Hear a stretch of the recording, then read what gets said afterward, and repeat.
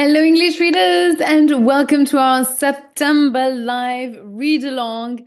I'm Daphne du Maurier, and I'm an English teacher in France. I'm also the founder of Ladies Book Club, in which I host live readings of adaptations of classics of literature and contemporary novels. I also tend to prioritize books that are written by women. And so each month we read and explore a different book for all levels of English. And at the end of each reading week, I meet the members of the book club in a live workshop by Zoom to discuss the chapters read over the week. And this month, we are reading the B2 adaptation, upper intermediate adaptation of Rebecca by Daphne du Maurier. This is the Penguin Readers 2008 edition. So it's not the most recent, but it's still a good and valuable one. And the only one that I found actually as an adaptation. So it's amazing that I was able to find an adaptation and also yeah, that's still relevant as well for the level. It's not for really for beginners, so it's quite dense in information. So yeah, it's now I can't wait to read the more recent adaptation of the novel, but this one is still a good one. So if you want to know more about this novel and Daphne du Maurier's work, I invite you to listen to the podcast episode 24, an introduction to Daphne du Maurier and Rebecca, which is available on this platform on YouTube and also on Spotify podcast Read in English. So today it's our third live reading session, and we are going to read chapters 5 and 6. And this Saturday, so yeah, in 2 days, this Saturday, I thought we were already Friday. Hi, Kitty. Welcome to the live. I hope you had a nice day and that you're ready for a reading session. So this Saturday, I will host the first live workshop of Rebecca. And this workshop will cover chapter 1 to 6. So the chapters that we've read this week. And if you want to attend this live workshop, then you need to subscribe to the book club and become a member. And you can unsubscribe at any time. So you can just subscribe for the time of the workshop, and then you can stop if you feel like you are not interested in the next live read in the next book. So you can find all the information and upcoming dates of live readings and workshops on my website. You just click on the link in the description. And all my Instagram live readings are recorded and available as well on my YouTube channel on replay and on my Spotify podcast as well for you who are watching here live. Hi, Kitty. Hello.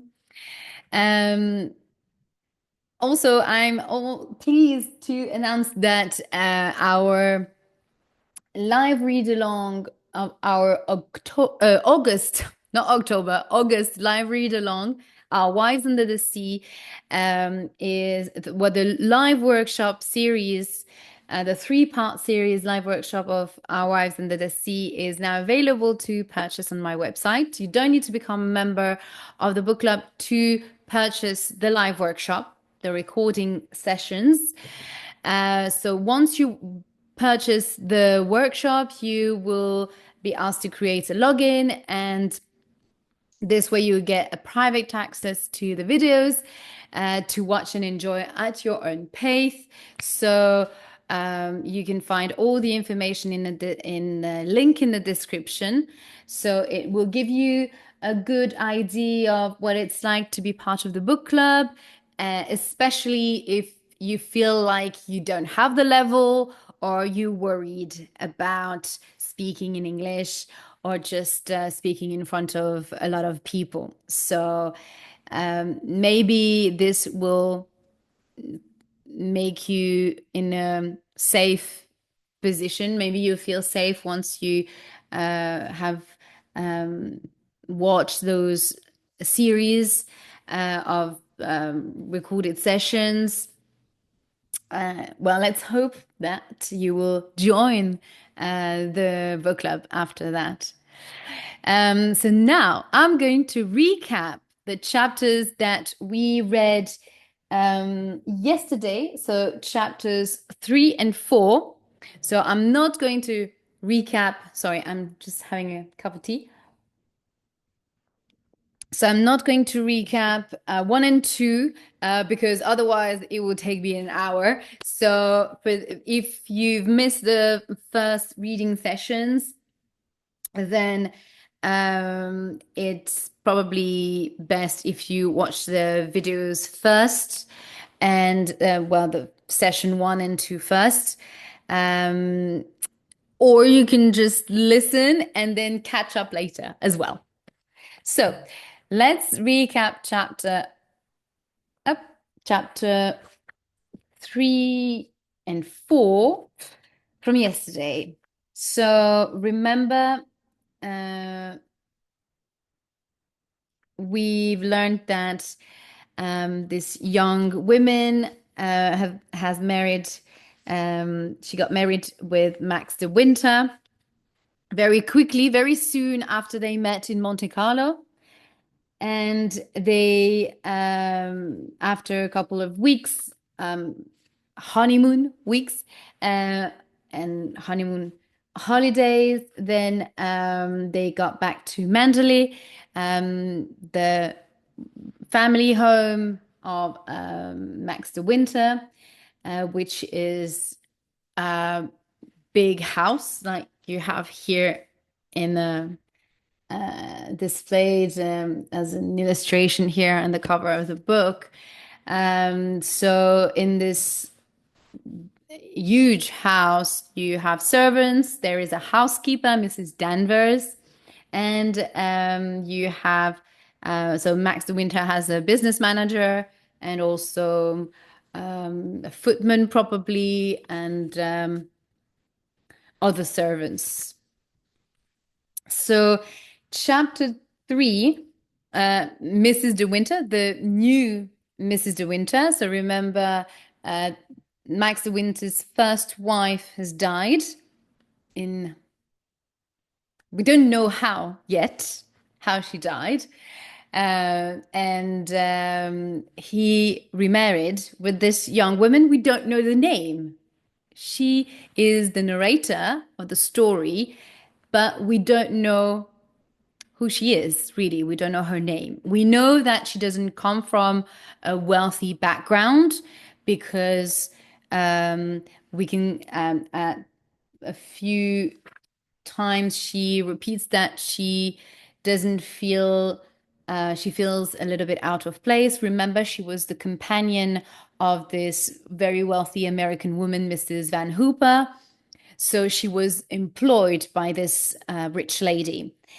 So it feels like she's very much middle class, and she's not used to give orders to people and servants, especially.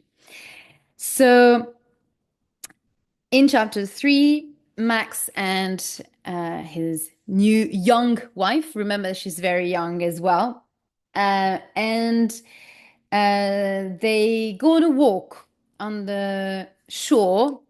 So remember, Manderley is on the ocean coast in Cornwall, and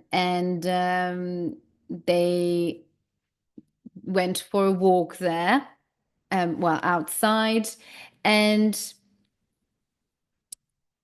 they went out with the dog. And as they were walking, the dog ran away, and he went to the little harbor that was on a different direction to where they were going. And Mrs. De Winter um, followed the dog to, well, she ran after him to fetch him, to get it back. And there she met um, quite an odd man, Ben, who seemed um, to be to be lacking of um,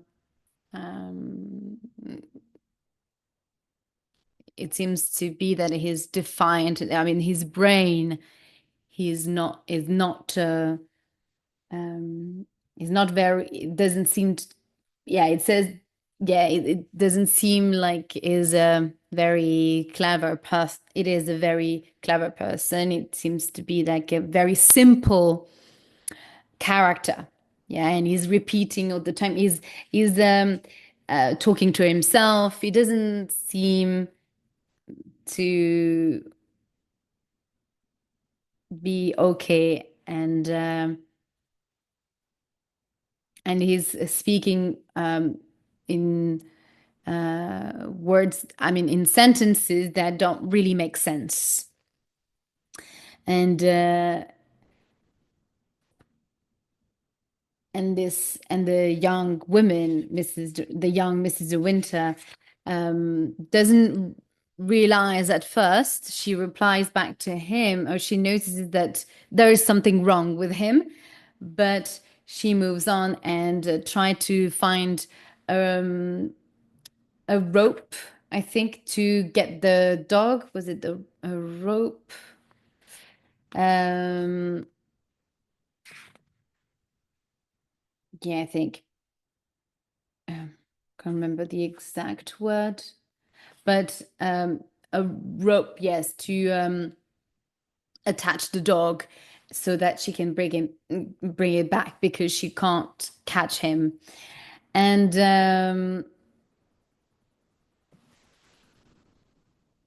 yeah, string. She's looking for a string, and then she finds a cottage, an abandoned cottage on the in the bay, in the little harbor, and there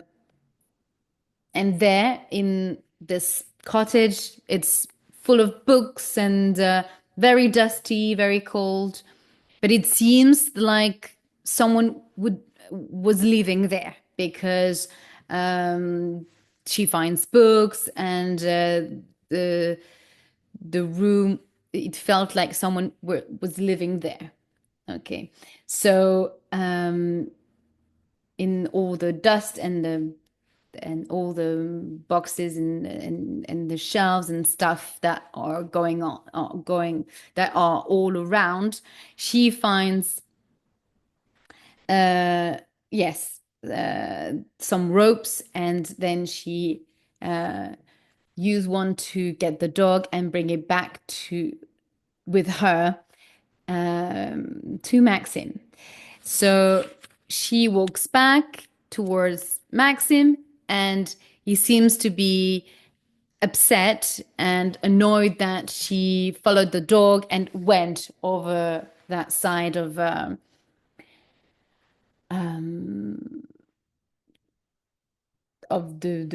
shore.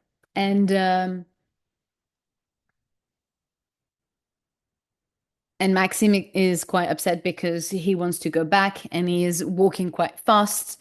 And Mrs. Well, his wife, his young wife, can't keep up in why they because it seems like that there is a hill that they have to go up, and she is pulling the dog as well, so she feels a little bit.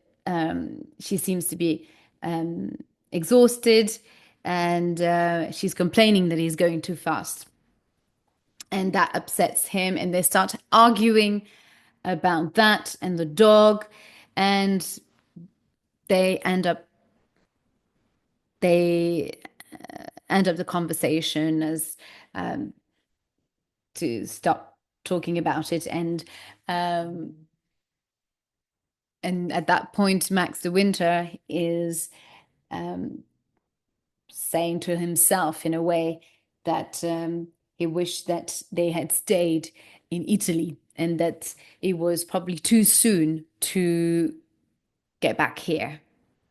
But why? Wonder why. Um, in chapter 4 now, we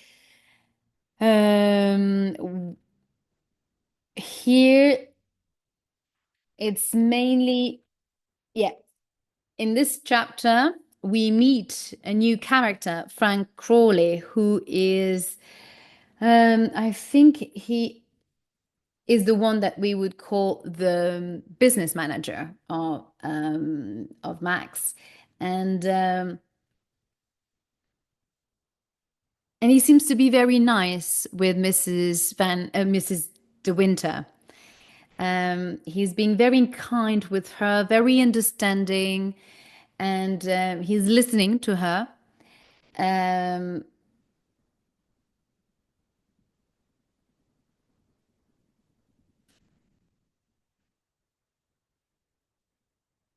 and they're having this conversation about the boathouse, the cottage. It's then another way to call the cottage, because it's, well, a house. Oh, wait, it was it's uncomfortable. Oh no, sorry, the boathouse is. Oh yes, at this point, sorry, I forgot. The boathouse is actually the boat in which that the boathouse is this boat that belonged to Rebecca, and actually here Frank reveals Mrs. De Winter, the young Mrs. De Winter, how Rebecca died, how she drowned with the boat because apparently the boat turned over uh, because of a big, heavy weather and cold weather and a lot of wind. Apparently, the boat turned over and she drowned. She drowned in the sea, and they only found her body 2 months later. So she's so questioning what happened, and she's wondering why um, they didn't manage to find her sooner, and how come her body was found quite far away. It says that they found the body near Edgecombe, which is about 60 kilometers up the coast, so from where they were, from where the boat was meant to be. So that raises the young Mrs. Winter, raises her attention, or raises questions around the death of Rebecca.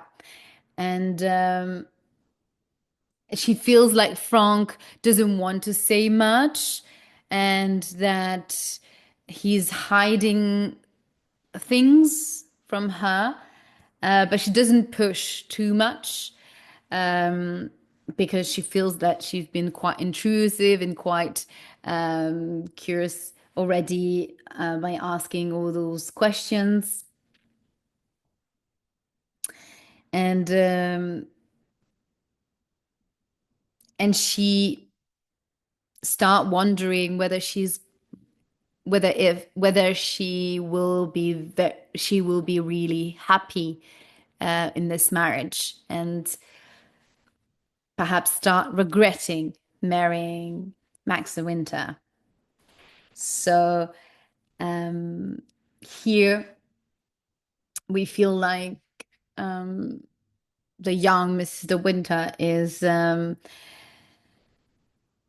not feeling quite happy about this situation and the fact that she suffers from being compared to Rebecca, and the fact that everyone loved her, everyone loved Rebecca, and um, the fact that she's not up to the same to her standard. She's not up for the task of being the lady of the house of the lady of to be the lady of Manderley. So we're quite sad for her here.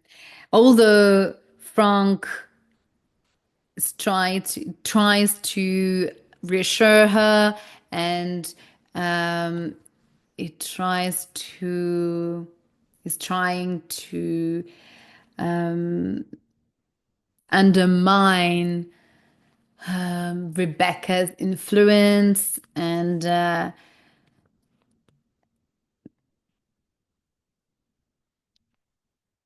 fact that she was not perfect, although she thinks that she is. However, at the end of the chapter, she's asking him whether she was really a beauty. Was she really beautiful? And Frank has to admit that yes, she was, and she was a gorgeous, a beautiful, most beautiful woman he ever saw. So, ending on that note, poor Mrs. De Winter has to deal with that answer, but as we were saying, it's a shame that well that we always compare women with their beauty, and how we should shift the focus and lens on other attributes, other women's attributes. But of course, here we are in the beginning at the mid 19th mid 20th century, and of course those stereotypes and those social constructs very present. Although this novel is a very avant-garde, I would say, and very much and is giving women a new dimension. It still holds on to those stereotypes. Anyway, now that being done, let's start the reading. Let's read chapter 5, Rebecca's Room. Okay, I hope you're all ready. Page 23. Maxim had to go up to London at the end of June to some public dinner. He was away for 2 days, and I was left alone. After lunch, I called Jasper, and we set off towards the shore. Jasper led the way and went straight to the bay where the harbour was. The door of the cottage was not quite closed. I pushed it open and looked inside. Nothing had changed. Then I heard a noise in the boat store. So she goes back to that cottage, and she seems to hear some noise, and she notices that nothing has changed because she asked whether, when she was talking to Frank, why the cottage was not cleaned and rearranged. And Frank tells her that, well, Maxim didn't ask us to do anything about the cottage, so they left it as it was. Probably since as it was since Rebecca died. Okay. The The door of the cottage was not quite closed. I pushed it open and looked inside. Nothing had changed. Then I heard a noise in the boat store. Is anybody there? No answer. I looked round the edge of the door. Someone was trying to hide behind one of the sails. It was Ben. Remember the odd, simple man? What's the matter? Do you want something? He looked at me stupidly, his mouth open. I'm not doing nothing, he said. I think you better come out, I said. Mr. de Winter doesn't like people walking in and out of here. He got up, one hand behind his back. What have you got, Ben? I asked. He obeyed, like a child, showing me his hand. There was a fishing line in it. I'm not doing nothing, he said again. I do nothing. I don't want to be put in the madhouse. A tear rolled down his dirty face. You're not like the other one, though. Who's the other one? Who is he talking about here? Well, you might guess who he's talking about. Do you mean who do you mean? What other one?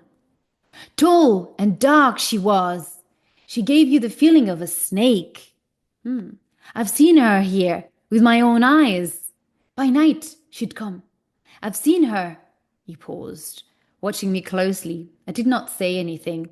I looked in on her once, and she shouted at me. She did. You don't know me, do you? She said. You've never seen me here, and you won't again.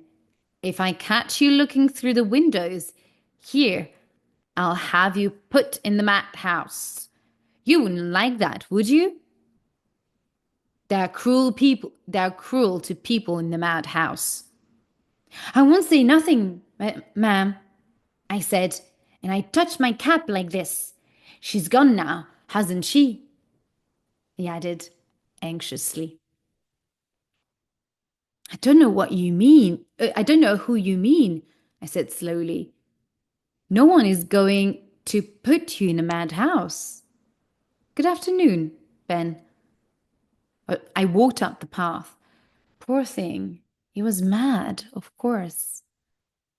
He didn't know what he was talking about. It was hardly likely that anyone would threaten him with the mental hospital. Maxim had said he was quite harmless, and so had drunk. Suddenly, I wanted to run. I had been a fool to come to this bay. I should have gone to the other bay, by Happy Valley. When I got back to the house, there was no one about. It was too early for tea, but I had not been long in the sitting room when I heard a footstep, and a man came into the room. He did not see me at first, but when he did, he looked quite surprised. I might have been this thief, and he, the master of the house. He was a big, strong man, good-looking in a rather self-conscious, sunburnt way. He had the hot blue eyes of a heavier drinker. In a few years' time, he would certainly be fat. His mouth was soft and pink, and he smelt of drink. He began to smile, the sort of smile he would give to every woman. I hope I didn't frighten you, he said. No, of course not. I didn't expect visitors this afternoon. What a shame. It's too bad of me to come in like this. The fact is, I came to see Mrs. Danvers. She's an old friend of mine. Oh, of course. It's quite all right. How's old Max? I was surprised at that question, and at his question. It sounded as though he knew him well, but it was strange to hear Maxim spoken of as Max. No one called him Max. No one called him that. It's very well, thank you. He's gone up to London and left you all alone? That's too bad. Isn't he afraid someone will come and carry you off? He laughed. I did not like his laugh. Did not like him either. Just then, Mrs. Danvers came into the room. She turned her eyes towards me, and I felt quite cold. How she seemed to hate me. Hello, Denny. There you are. Aren't you going to introduce me?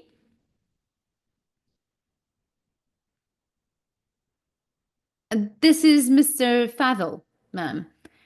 She spoke quietly, as if she would have preferred to say nothing at all. How do you do? How do you do? I said. Well, I suppose I'd better be going. Come out and have a look at my car. He still spoke in a familiar and unpleasant way. I did not want to go and look at his car. I felt awkward, but could not think of an excuse. Where is it? Round the corner. I didn't drive to the door. I was afraid of I was afraid of disturbing you. I had some idea you probably rested in the afternoon. I said nothing. The lie was too obvious. He walked out to his car, a green sports thing, typical of its owner. Come for a drive down. Come for a drive down to the gates? No, I don't think I will. I'm rather tired. You don't think it will look too good for the wife of the master of Manderley to be seen driving with someone like me? Is that it? He laughed. Oh, no, I said, turning rather red. No, not really. Oh, well, goodbye. By the way, it'd be very supporting of you not to say anything to Max about my little visit. It doesn't quite approve of me, I'm afraid, and it might get poor old Tanny into trouble. So, Danny, if you didn't realize or didn't do the link, Danny is Mrs. Danvers. Yeah. So it's a nickname, I'd say. Um, no, I said awkwardly. All right. Very sporting view. Sure you won't change your mind and come for a drive? No? Goodbye then. The car shot down the the car shot down the drive. I walked slowly back to the house. Maxim was away. I was supposed to be out on a long walk. It was fifth day out, and the other servants were usually upstairs changing the beds during the afternoon. Favell had chosen his time well to call on Mrs. Danvers. Too well. Who was he? As I stood in the hall, the thought suddenly came to me that perhaps Mrs. Danvers was dishonest, that she was doing something behind Maxim's back. Supposing this man Favell was a thief and Mrs. Danvers was in his pay? There were valuable things in the West Wing. I suddenly decided to go upstairs and see for myself. My heart was beating in a strange, exciting way. Upstairs, there was no sound at all. I wasn't certain which way to go. The plan of the rooms was not familiar to me, but I turned the handle of a door and went inside. It was dark. The curtains were closed. I turned the light on and with a shock of surprise saw that the room was full of furniture, not covered in dust sheets as I had expected, but just as though it were in use. There were, as I had expected, they were brushes and combs on the dressing table. The bed was made up. There were flowers. Shoes were neatly positioned in front of a chair. For one strange moment, I thought that something had happened to my brain, that I was seeing back in time and looking at the room as it used to be before she died. She here is Rebecca. In a minute, Rebecca herself will come back into the room, sit down at her dressing table, reach for her comb, and start running it through her hair. I went on standing there, waiting for something to happen. It was the sound of the clock that brought me back to reality again. So the fact that everything has was left as it was when Rebecca was still alive feels very much, well, like she's there. So the young Mrs. De Winter feels enormously the presence of Rebecca, as if she would walk in into the room in a minute, and as if she had never left. The hands stood at 4:25. My watch said the same. It reminded me that tea would soon be ready under the trees. No, this room was not used. It was not lived in it was not lived in anymore. Even if Mrs. Danvers did put the flowers on the tables and the sheets on the bed, they would not bring Rebecca back. She was dead. She had been dead for a year now. She lay buried below the church with all the other dead, De Winters. But yes, it was a beautiful room. Mrs. Danvers had told the truth that first evening. It was the most beautiful room in the house. I touched the sheets on the bed. I touched the sheets. On the bed was a nightdress, cold now, but still carrying a woman's faint and lovely smell. I looked round with a growing feeling of disgust, turning to hopelessness. Then I heard a step behind me, and turning round, I saw Mrs. Danvers. I shall never forget the look on her face. Evil, excited in a strange and healthy way. I felt very frightened. Is anything the matter, ma'am? She said. I tried to smile, and I could not. I tried to speak. Are you feeling unwell? She asked. Coming near to me, speaking very softly, I felt her breath on my face.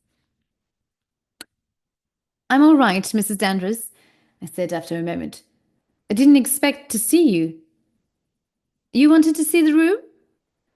Why have you never asked me to show it to you before? You only had to ask me. I wanted to run away, but I could not move. I went on watching her eyes. Now you're here, let me show you everything, she said, her voice sweet and false. I know you want to see it all. You've wanted for a long time, but didn't like to ask. It's a lovely room, isn't it?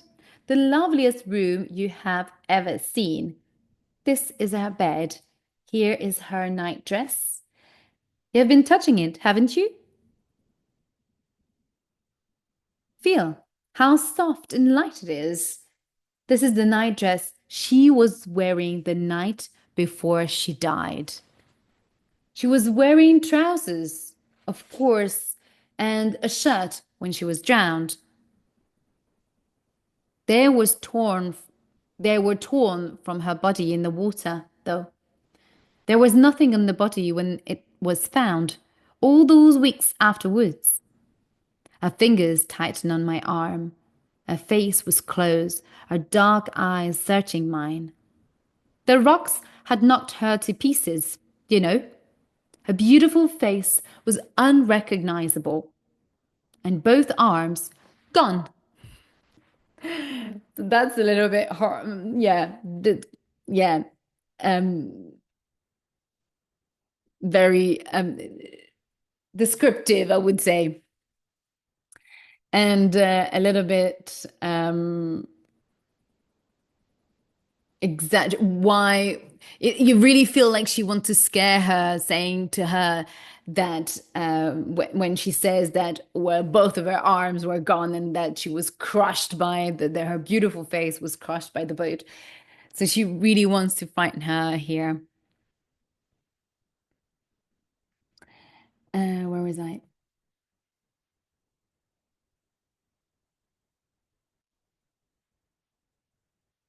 Mr. De Winter went up to Edgecombe. He went quite alone. He was very ill at the time, but he was determined to go. No one could stop him, not even Mr. Crawley. She paused, her eyes never leaving my face. I shall always blame myself for the accident, she said. It was my fault for being out that evening. I had gone into Kerrith for the afternoon and stayed there late. As Mrs. De Winter was up in London, I wasn't expected back until much later. That's why I didn't hurry back. When I came in, about 9:30, I heard she had returned, then had dinner and gone out again. Down to the boat, of course. I felt worried then. The wind was blowing from the southwest. She would never have gone if I had been in. She always listened to me. Her fingers held me tightly, hurting my arm. Mr. De Winter had been dining with Mr. Crawley down at his house, she went on. I don't know what time he got back. I expected it was after 11, but it began to blow hard before midnight, and she had not come back. I went and knocked on the bedroom door. Mr. De Winter answered immediately. Who is it? What do you want? In a moment he opened the door, wearing his night clothes. She's spending the night down at the cottage, I expect, he said. I should go to bed if I were you. She won't come back here to sleep if the storm goes on like this. He looked tired, and I did not want to disturb him again. After all, she spent many nights at the cottage and was used to sailing in any weather. She might not even have gone for a sail, but just wanted a night at the cottage as a change after London. I said good night to Mr. De Winter and went back to my room. I couldn't sleep, though. I kept wondering what she was doing. She paused again. I did not want to hear any more. I wanted to get away from her, away from the room. You know now why Mr. De Winter doesn't use these rooms anymore. Listen to the sea. He hasn't used these rooms since the night she was drowned. Sometimes when Mr.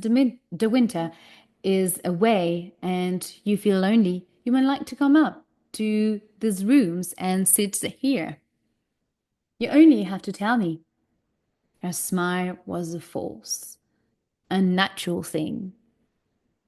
It really feels like she needs to ask, so Mrs. De Winter needs to ask her permission to go to that wing of the house.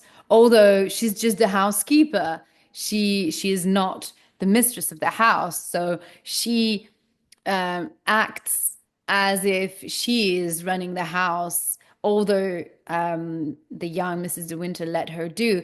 But it feels very much that she feels entitled to do it. So here we can see this dynamic between the two and how the roles are reversed here. Her smile was a false, unnatural thing. There are such beautiful rooms. You wouldn't think she had been gone so long, would you? By the way, the rooms the rooms are kept. Sorry, you wouldn't. Sorry, she'd been gone so long. Would you? By the way, the rooms are kept. Oh, sorry. You wouldn't think. Oh, sorry. You wouldn't think she had been gone so long, would you? By the way the rooms are kept. You would think she had just gone out for a little while and would be back in the evening. It's not only in this room, it's in many rooms in the house, in the sitting room, the hall, the little flower room. I feel her everywhere.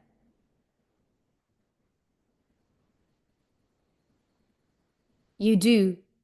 You do too. Yeah, sorry. I thought that it's still Mrs. Danvers talking here. You do too, don't you? She paused, watching my eyes. Do you think she can see us talking to one another now? Do you think the dead come back and watch the living? I swallowed. I don't know. My voice sounded high and natural. Not my voice at all. Sometimes I wonder, she whispered. Sometimes I wonder if she comes back to Manderley and watches you and Mr. De Winter together. So here she really want she really wants to scare her and make her feel like she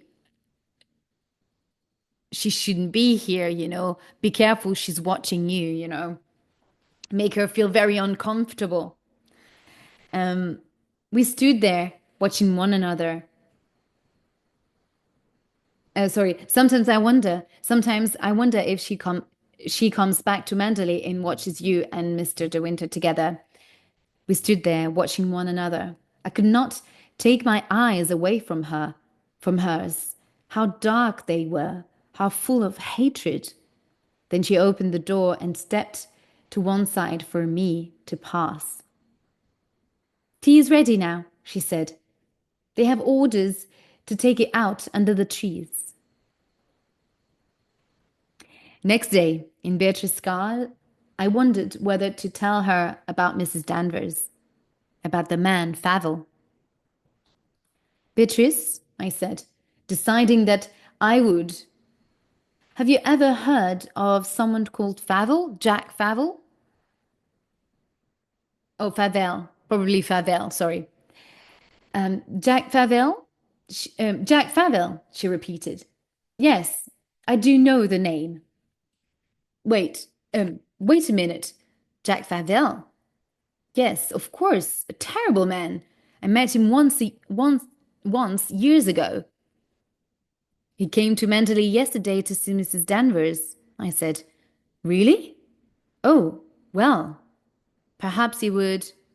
Why? I believe he was Rebecca's cousin. So remember, Beatrice is Max de Winter's sister. Yeah. I was very surprised.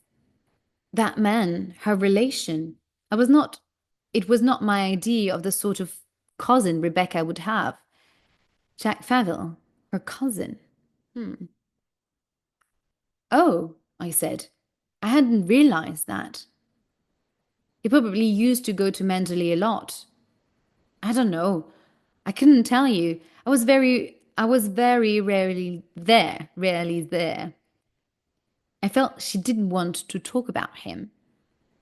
I didn't like him much, I said. No, said Beatrice. I don't blame you. I waited, but she did not say any more.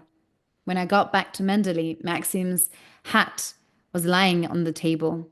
As I went towards the library, I heard the sound of voices, one raised louder than the other. Maxim's voice. The door was shut, and I paused. You can write and tell him from me to keep away from Manderley in future. Do you hear? Never mind who told me. I happen to know that his car was seen here yesterday afternoon. If you want to meet him, you can meet him outside Manderley. I won't have him inside the gates. Do you understand? Remember, I'm warning you for the last time. I moved quickly away. Mrs. Danvers came out of the library. So here, Max de Winter is telling off Mrs. Danvers for allowing Jack Favell to come inside the property. She did not see me, but for a moment I saw her face, grey with anger, twisted, horrible. I waited a moment, then I went in.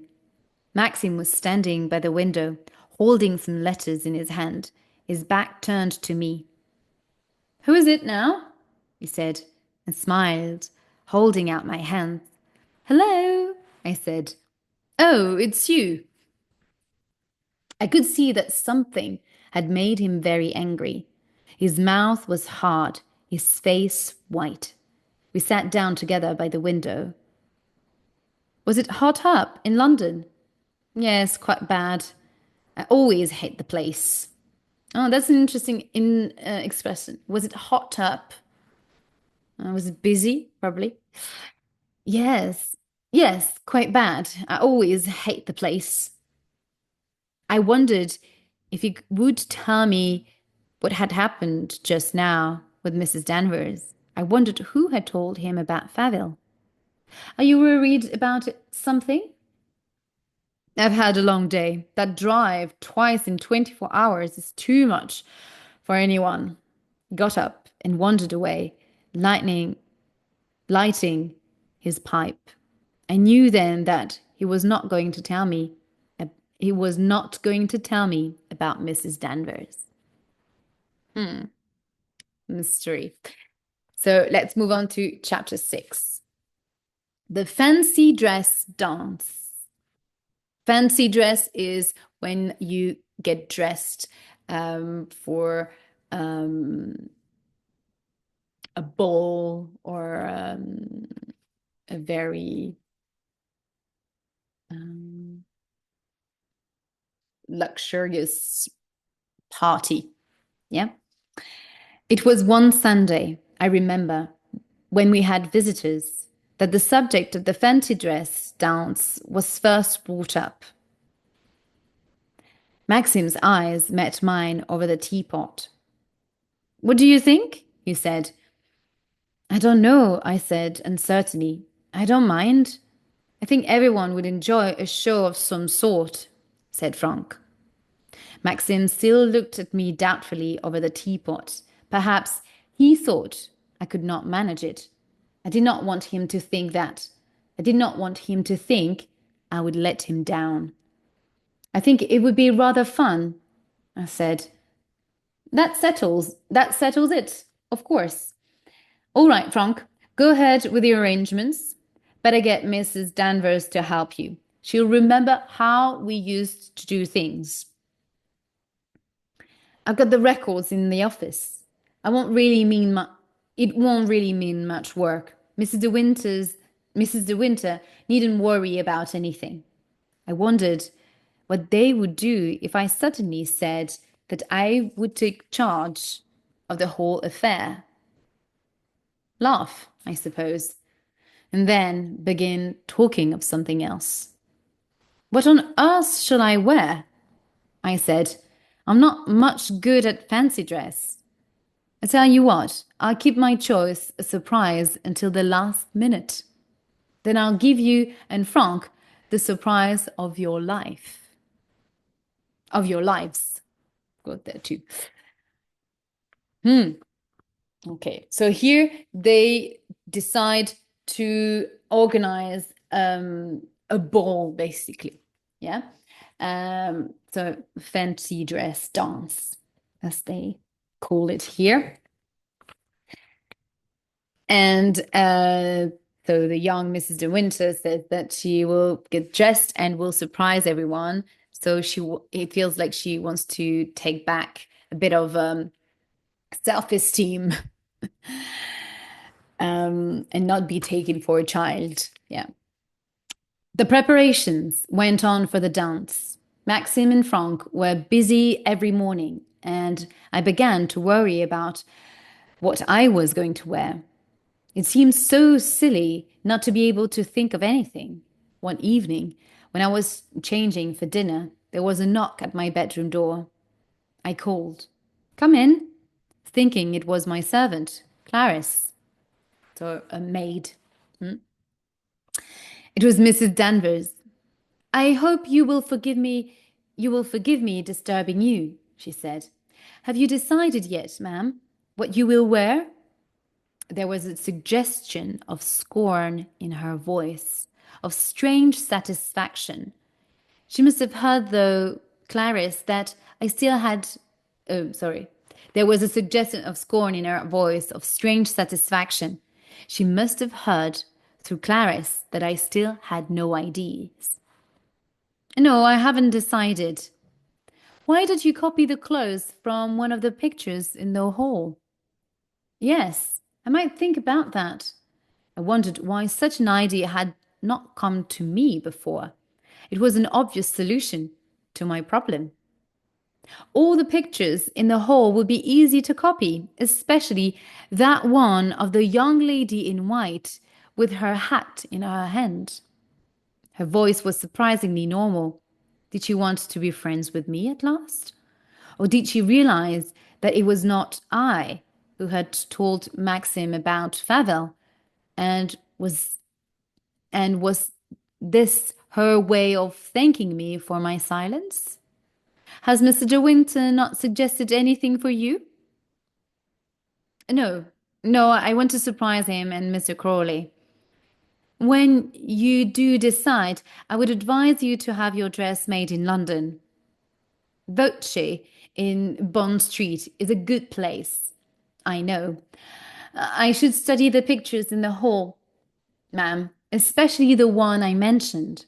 You see, she insists on her watch looking at this portrait, on dressing it, on dressing up like this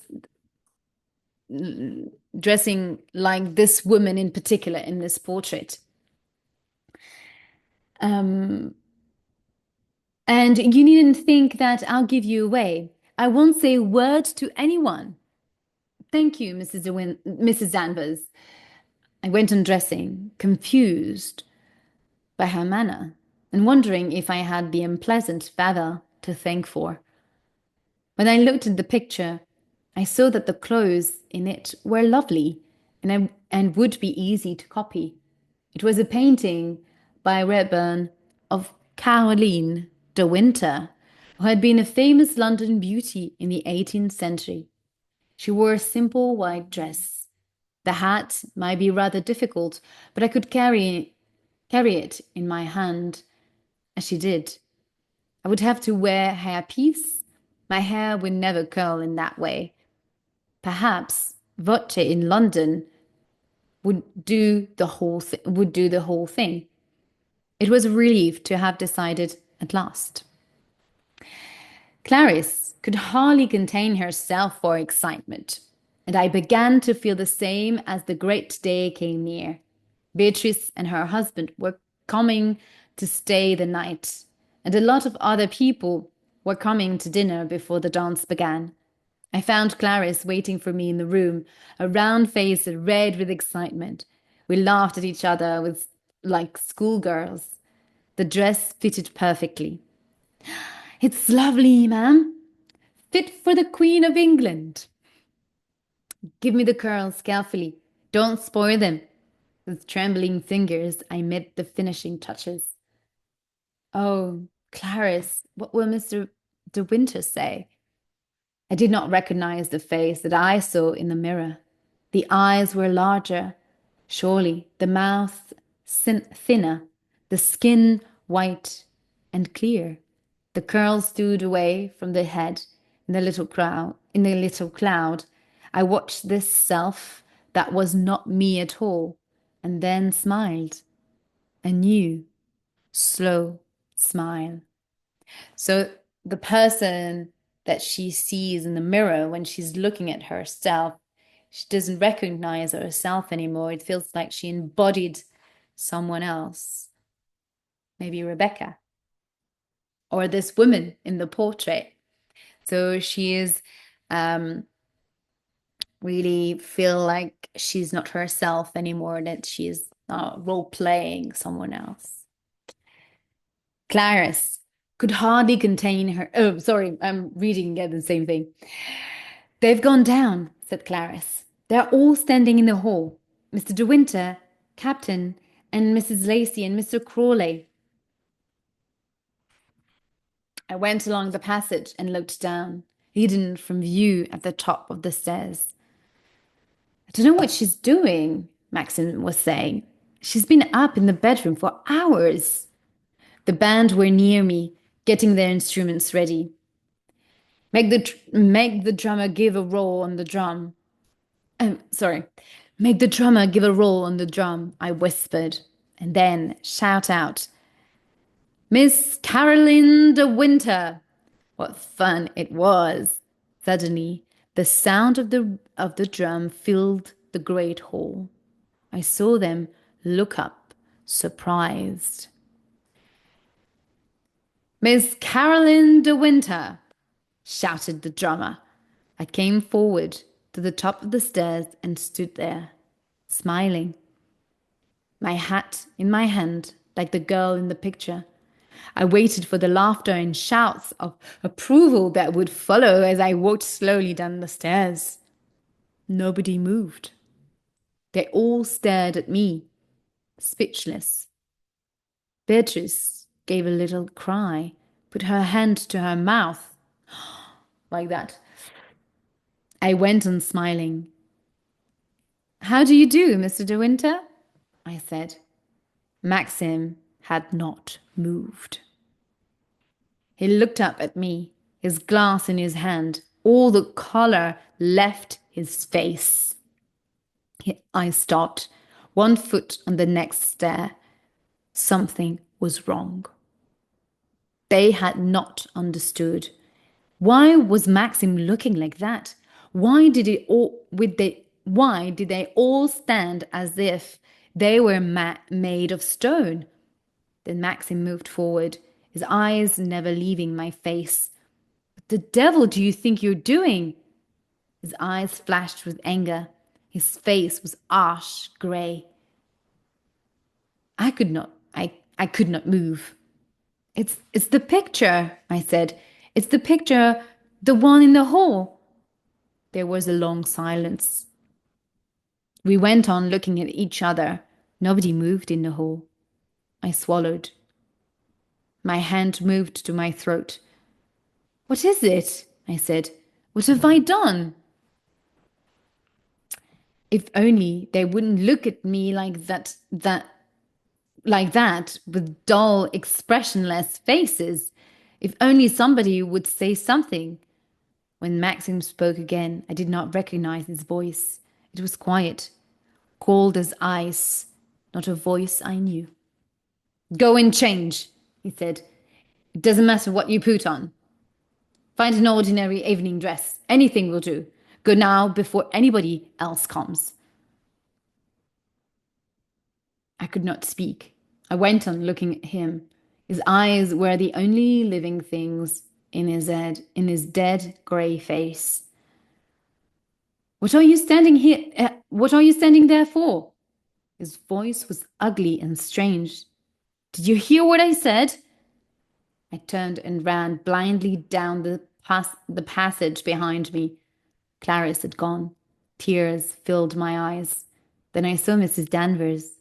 I shall never forget the expression on her face.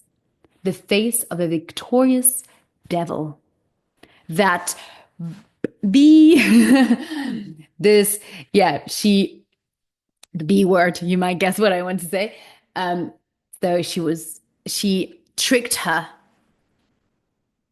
I shall never forget the expression on her face. The face of a victorious devil. She stood there, smiling at me. And then I ran from her, down the long passage to my own room. Somebody knocked. The door opened and Beatrice came in. My dear, are you all right? You look very white. Of course, I knew immediately it was just a terrible mistake. You couldn't possibly have known. Why should you? Known what? Why, the dress, your poor dear, the picture you copied of you copied of the girl in the hall. It was what Rebecca did at the last fancy dress dance at Manderley. Exactly the same. The same picture, the same dress. You stood there on the stairs, and for one terrible moment, I thought, you poor child, how were you to know? So here I thought, and then there's three dots. Like I thought you were her, you were Rebecca at this moment. So Mrs. Danvers really made a trap for her. Yeah, she caught it. She really manipulated her. I ought to have known, I said stupidly. I ought to have known. Nonsense. How could you? It was not the sort of thing that could possibly enter any of our heads. Only it was such a shock. You see, we none of us expected it. And Maxim, yes, Maxim, he thinks you see you did it on purpose. You had said you would surprise him, hadn't you? Some foolish joke. And of course, he doesn't understand. It was such a shock for him. I told him that you couldn't have done such a thing on purpose and that it was just bad luck that you chose that particular picture. I ought to have known. It's all my fault. I ought to have known. So here the ought, OUGHT, is um, is stronger than should. Yeah, I should have known. Here ought, it's much stronger in terms of intensity of the register here and the choice of verb. Here she's very upset against herself that it's stronger than I should have. I must have known. Yeah. So I ought to have known. It's very formal. Um, it's we only if if you want to impress people and you say, "Oh, I ought to have known," and you can use that in that in certain context. But if you're speaking casually with someone in a familiar way, you people rarely use that unless you're in a certain circle or you're in a certain space while you talking with people that you don't know or in a very specific environment. Yeah. No, no, don't worry. You'll be able to explain the whole thing to him quietly. Everything will be all right. The first lot of people are just arriving. I've told Frank to make up a story of your dress not fitting and how disappointed you are. I did not say anything. I went on sitting on the bed. I kept seeing Maxim's eyes in his grey face, and the others behind him, not moving, just staring at me. And that's the end of chapter 6. And the end of our session for today. I hope that you enjoyed this new section of the book, these two chapters, and that I would be interested to know how you feel about Mrs. Danvers' way of manipulating Mrs. de Winter, the young Mrs. de Winter, and how what do you think about Mrs. this young Mrs. de Winter's how do you think she feels? And yeah, just tell me what is your reaction towards this scene and how uncomfortable it must have been for this young lady, especially she's in a very new environment and this housekeeper is playing with her. Definitely. Well, I hope you enjoyed this live reading. Thank you for attending the live here on Instagram, and thank you for watching this video again. Click on the little thumb here to show that you like this video, and make sure you subscribe to the book club membership as well to attend the first live workshop this Saturday, and we'll discuss and you will tell me what you think about the novel. I wish you a beautiful end of the day, and I will see you next Wednesday. So next week on Wednesday at 2 o'clock, 2 p.m. Central European time for session 4. We will read chapters 7 and 8. Bye. Bye. Bye.